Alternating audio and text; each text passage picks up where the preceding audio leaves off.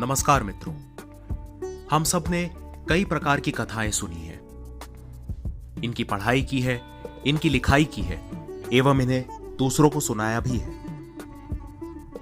परंतु इस देश में सबसे अधिक सुनी और पढ़ी जाने वाली कथाएं, चाहे हम कितने ही पुराने समय में क्यों ना चले जाएं, वो है इस देश की संस्कृति और इसके गौरवशाली इतिहास के विषय पर आधारित कई रोचक वृत्तांत।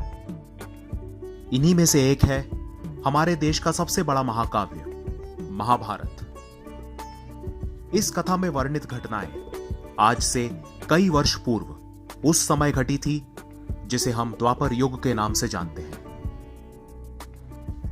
समाज के कई लोगों के आपस में संबंध, चाहे वो मित्रता हो, शत्रुता हो, प्रेम हो, घृणा हो, ईर्ष्या हो, ये सब के सब इसमें वर्णन पाते हैं। समाज के कई सरल और कई कठोर सत्यों का वर्णन भी इसमें मिलता है।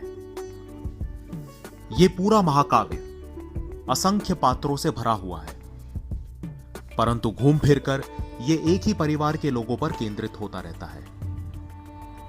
इसी परिवार को हम भरतवंश या कुरुवंश के नाम से भी जानते हैं।